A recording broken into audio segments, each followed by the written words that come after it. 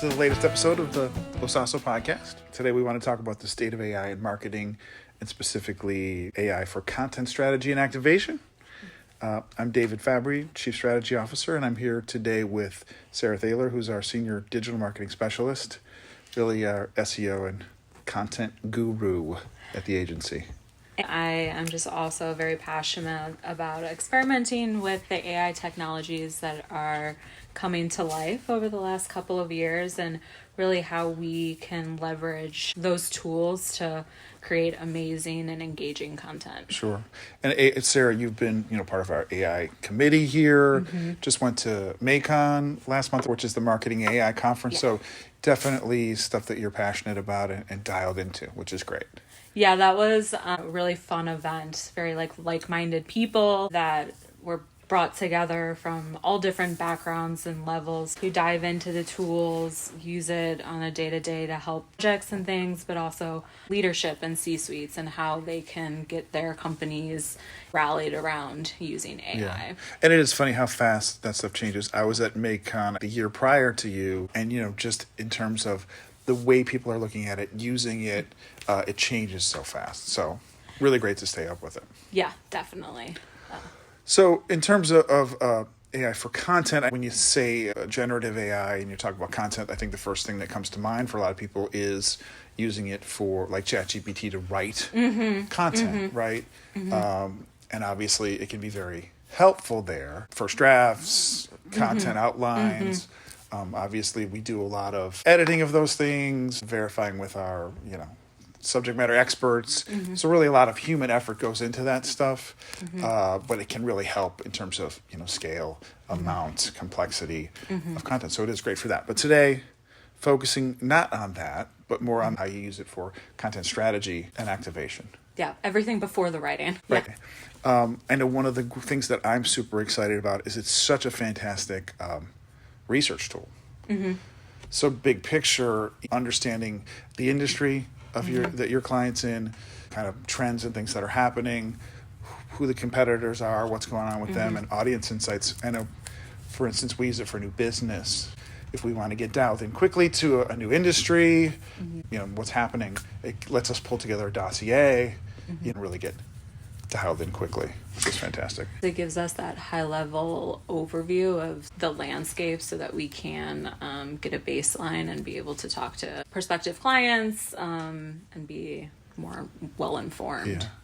I think one of the things that's different now than it was a year or longer ago for sure was at first the LLMs were not connected to the internet, right? And so it was based on old information, or you didn't have source information to know if something was hallucinating. But first we were using Perplexity, one of the AI tools, because it was connected and always provided source links so you could validate the facts.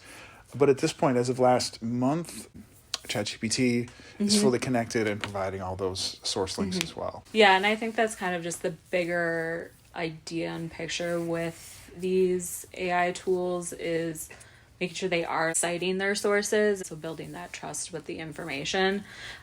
People may have gotten that, in their traditional search results with seeing the company names, the websites, things like that. But if you're going straight to the AI tools, that's a super important factor that they're now building in. Right. That you can verify and fact check, but also if you're wanting to learn more, you can just directly click. Right, because it often to does learn more. Dig up great resources, right? Yeah. To use for that stuff.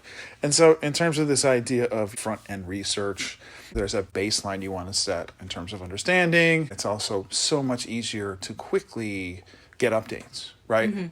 So what recent news might be affecting what's happening in the industry. You would do it before, but it was a much heavier load. And this way it allows us to be so much more up to date in terms of timing of everything, coming up with new ideas because of it. I think it's pretty great. So maybe you can speak a little bit about that. I know you use it specifically now for helping to drive some of the content that we're doing and what it is. What are the sort of key areas that you use it in? Yeah, so I have really been experimenting with using it to make sure our content strategy, our clients' content strategies are in line with competitors. So in addition to some of the more traditional SEO tactics of keyword research, competitive landscape research, applying, those similar best practices can be applied here, where we're looking at competitors' top content, their top keywords that are driving traffic, and identifying, okay, where are our clients missing the mark, or where are they not present in the search results for a specific topic, as well as where our competitors are not appearing, and where our clients may have that competitive advantage and opportunity for them to have the leg up on a specific topic. It's really about combining the data that I traditionally find in the SEO tools, your SEM rushes and all of your other keyword research tools, and then leveraging the AI to help cut through some of that data, gather some of the insights much faster and at scale. And oftentimes the content that I'm working with is quite technical. So it's also helping to simplify and parse down really complex topics for us to help create amazing quality content. That's a great example. You talk about, typically we have subject matter experts at the client. We've also got the marketing team.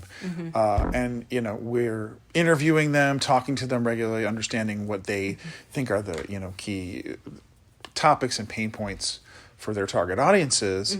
But using some of the AI, we can really pull out more ideas to put in front of them. So even going in and saying, who are the key decision makers in this industry, and what are their pain points and challenges, really can pull up a bunch of different ideas, some of which we are already maybe tracking with, some we aren't. Certainly it lets us iterate more quickly, get stuff in front of them to say, hey, we're thinking this and this, which of these resonate with you? Here's why we think this, or where we found the info. It really just makes things move faster. And again, you get more sort of iterations of things more quickly. Yeah, I almost think of it in the process like you're just kind of like layering these things on top of each other, like during your chat with ChatGPT.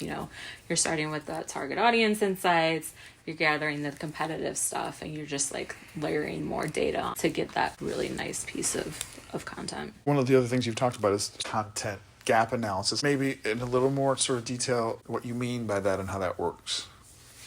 Yeah, so really the content gap analysis is pinpointing topics that your two ways of looking at it, that your competitors have a stronghold or are performing really well in organic search, or they're talking about a specific topic that you are not, or you can think of it in vice versa, whereas that you have a competitive advantage in a specific topic area and your competitors may not, and even though they're not talking about something, it's an opportunity for you as a brand to be able to talk about something and be that first mover into the market and have a presence. So then it's your competitors who are catching up to you. Sure. And I suppose it's that Venn diagram too. So you've got, what you understand to be the key pain points of the audience, what they're talking about, what you're talking about, and are there places that nobody's paying enough attention, exactly. right? And that's your good opportunity. Right. Yeah. I know one of the other areas that we're starting to look into more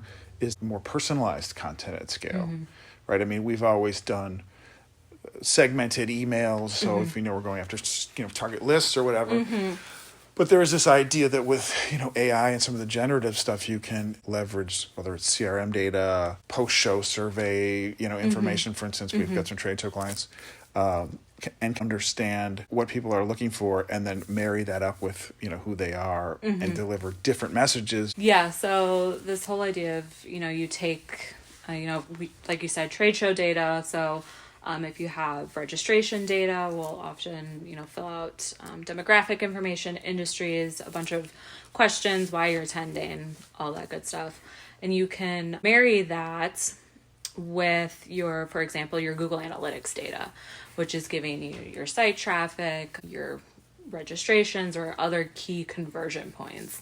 And so one of the things that AI is really good at is categorization. And so when you're combining these two data sets together, it really marries that qualitative and quantitative opportunity so that you can take your specific audiences, what are the pages and the topic areas that are on your website, and again, identify some of those gap and opportunities and mismatches to create more content. So I think it's exciting times for this. It really just is a different level of speed and detail that we always wanted to push toward. But it really, even something like researching industries and competitors and things, if you're doing that on a Google search basis, that's a long, slow, arduous process versus something that can really compile everything that's out there and get you much further down the road more quickly. Yeah, I think the time advantage is huge. The ability to just get there faster.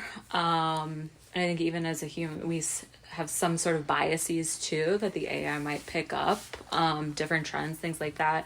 But I also wouldn't want to discount still doing more traditional Google search and marrying that more traditional process that we're used to, going straight to, right, Google or Bing or whatever you use, researching and things like that. I think there's still a need to marry the old-fashioned and this newer to boost more of that research. Sure. If you have your own trusted go-to resources too. Sure.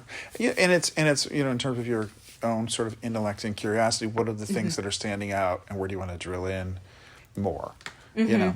I think the AI is great because sometimes if you're doing Google search, you find somebody's thing and they've got a real agenda that you have to try to sort of suss out. And so the argument against some AIs that kind of is like least common denominator, but at the same time, what it does do is it filters out some of that bias in a way that you get some good general input.